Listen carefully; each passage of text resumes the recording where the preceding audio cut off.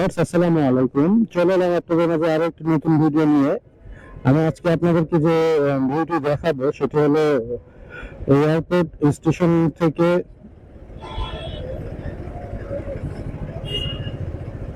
Mirpur PCB চত্বর যাওয়া পর্যন্ত যে রাস্তাটি, সেটির ভিউ নিয়ে আমি আপনাদের মাঝে হাজির হয়েছি। সো চলুন ভিডিওটি উপভোগ করা যাক।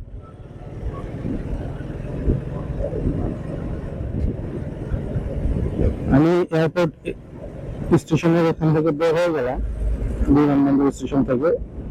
এখন কায়লা হয়ে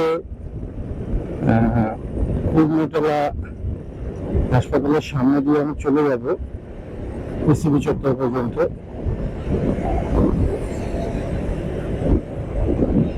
আপনারা দেখতে পাচ্ছেন হাতের বামে শাহজালাল আন্তর্জাতিক বিমানবন্দরের থার্ড টার্মিনাল অবস্থিত এবং এটি অনেক সুন্দর এবং সৌন্দর্যমণ্ডিত, কিন্তু এটির কার্যক্রম এখনো চালু হয়নি, হয়তো বা কিছুদিনের মধ্যে চালু হতে পারে। ভিতরে বিভিন্ন কনস্ট্রাকশনের কাজ চলছে, কনস্ট্রাকশনের কাজগুলো শেষ হয়নি। আর আমার হাতের বামে হলো কায়লা, যারা কায়লা যাবে তারা কায়লা যেতে পারেন। এবং হাতের বামে আপনারা দেখতে পাচ্ছেন কাজ চলছে, এটি মেট্রো রেলের কাজ চলছে, আন্ডারগ্রাউন্ড মেট্রো রেলের। এবং এটি দিয়ে এলিভেটেড এক্সপ্রেস এর এন্ট্রি পয়েন্ট আছে, একটি গাড়িটি বের হচ্ছে এলিভেটেড এক্সপ্রেস এর এন্ট্রি পয়েন্ট এপাশে। আবার আপনারা উপরে একটি সাইন দেখতে পাচ্ছেন যে শাহজালাল ইন্টারন্যাশনাল এয়ারপোর্ট, আপনার এন্ট্রি পয়েন্ট এখানে একটু হবে, যেটি কাজ চলছে, এখনো কাজ শেষ হয়নি।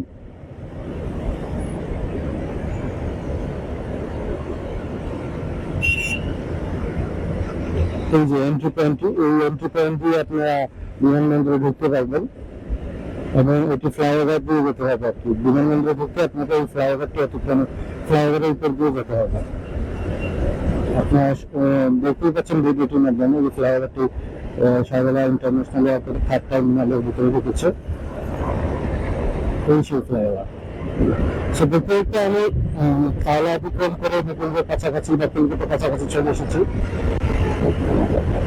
আমার হাতের ডান পাশে যে বিল্ডিং দুটি দেখছেন, একটি হলো ঢাকা স্টক এক্সচেঞ্জের বিল্ডিং, আর একটি হলো বাংলাদেশের পপুলার আবাসিক হোটেলগুলোর মধ্যে একটি 5 স্টার হোটেল লা মেরিডিয়ান। এবং আমি দেখতে দেখতে চলে এলাম নিকুঞ্জের কাছাকাছি। এবং আমি যে রোডটি এখন অতিক্রম করছি সেই রোডটি ছিল আসলে সাইলেন্ট রোড, সাইলেন্ট জয়েন্ট। এবং এই উপরে ফুটওভার ব্রিজটি লক্ষ্য করছেন, এটি হলো নিকুঞ্জের জন্য বসানো হয়েছে।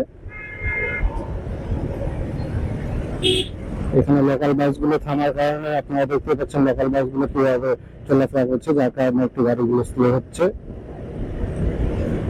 সো আমি লামাইডিয়ান পার হয়ে চলে এলাম, সামনেই আমার খিলগেট এবং আমার হাতের বাম পাশে হলো ট্রেনের লাইন, যার কারণে ট্রেন গেল। আর এখানে আপনারা দেখতে পাচ্ছেন মেট্রো রেলের কাজ চলছে, মেট্রোর কাজ চলছে বিধায় এখানে সব পয়েন্ট বসানো হয়েছে। আর যারা ইউরোপ দিয়ে আপাতত যাতায়াত করবেন, সো অফিস আওয়ার বাদে, পিক আওয়ার বাদে একটু পিক আওয়ারের সময় একটু সময় নিয়ে বেরোবেন, কেননা এই কাজগুলো শুরু হলে আসলে লেন্দি প্রসেস এবং রোড ফুল জ্যাম থাকে। তো এই জিনিসগুলো মেনটেন করে চলা ট্রাই করবেন, নাহলে অনেক সমস্যার সম্মুখীন হতে পারেন। তো এটা দিয়ে আসলে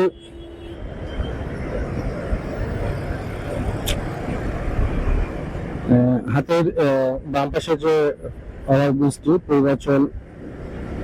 পূর্বাচলে বা রামপুরা বা যমুনা ফিউচার পার্কে যারা যাবে তারা এই ফ্লাইওভারটি দিয়ে, হাতের বাম পাশের ফ্লাইওভারটি দিয়ে যাবে।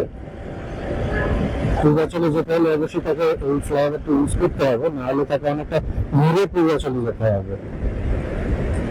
আর আমি দেখতে দেখতে চলে এলাম কুড়িল বিশ্ব রোডে। এই জায়গাটির নাম হলো কুড়িল বিশ্ব রোড। এবং কুড়িল বিশ্ব রোডে বেশ কয়েকটি ফ্লাইওভার রয়েছে, যেগুলো একটির সাথে আরেকটি রোডে সংযুক্ত করেছি। তো আমি এখানে দেখতে হলে কুড়িল বিশ্ব রোডে আছি। আর আপনারা দেখতে পাচ্ছেন সামনের গাড়িগুলো, লোকাল গাড়িগুলো বা লোকাল বাসগুলো থেমেছে যাত্রী নেওয়ার জন্য এবং সারিবদ্ধভাবে থেমে রয়েছে। আসলে ডিপো টাইমে যাত্রী কম থাকে বিধায় তারা বেশ অনেকক্ষণ ধরে ওয়েট করে যাত্রী নেওয়ার জন্য। তো আমি পুরী বিশ্বরোড অতিক্রম করে গলা চলে চলে এলাম কুর্মিটোলা জেনারেল হাসপাতালের কাছাকাছি।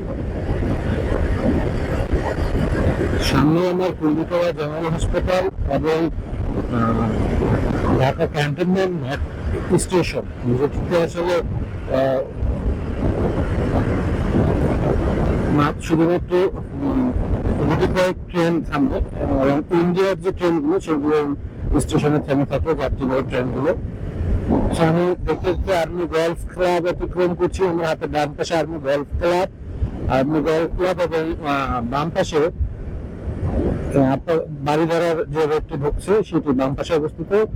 আর আমি চলে এলাম কুর্মিটোলা জেনারেল হাসপাতালের কাছাকাছি এবং এই ফুটওভার ব্রিজটি কুর্মিটোলা জেনারেল হাসপাতালের জন্য দেওয়া হয়েছে।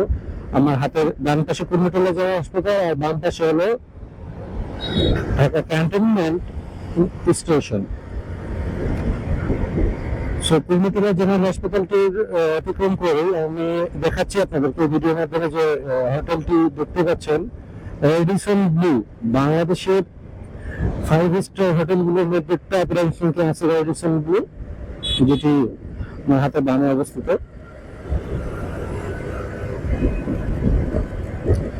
আমি চলে এলাম মিরপুরের এন্ট্রি পয়েন্টে। আমার মিরপুর যেতে হলে আমাকে এই পাশ দিয়ে যেতে হবে, এন্ট্রি পয়েন্ট ইউজ করতে হবে। এই ফ্লাইওভারটি দিয়ে আমি ইসিবির সাথে কানেক্টেড হব। এই ফ্লাইওভারটি এন্ট্রি পয়েন্টে, কিন্তু রানিং পয়েন্ট হলো ইসিবিতে বা মাটিকাটাতে বলতে পারেন।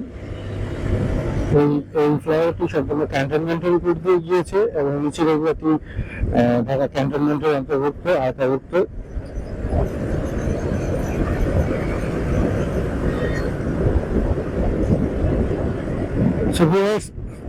দেখতে দেখতে আমি আমার গন্তব্যের কাছাকাছি চলে আসছি।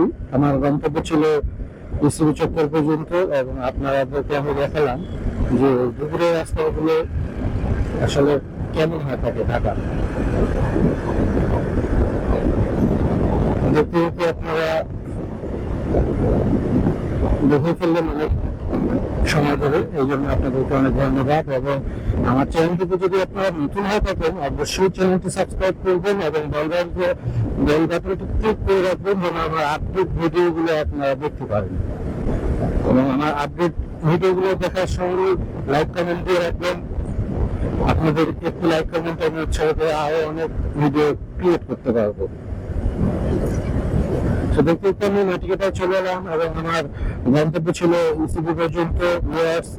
ভিডিওটি আপনাদের কাছে কেমন লাগলো আপনারা অবশ্যই কমেন্টের মাধ্যমে জানাবেন এবং এই রোডটিকে কে কি পারপাসে ইউজ করে থাকেন, ব্যবহার করে থাকেন, কমেন্টের মাধ্যমে জানাবেন।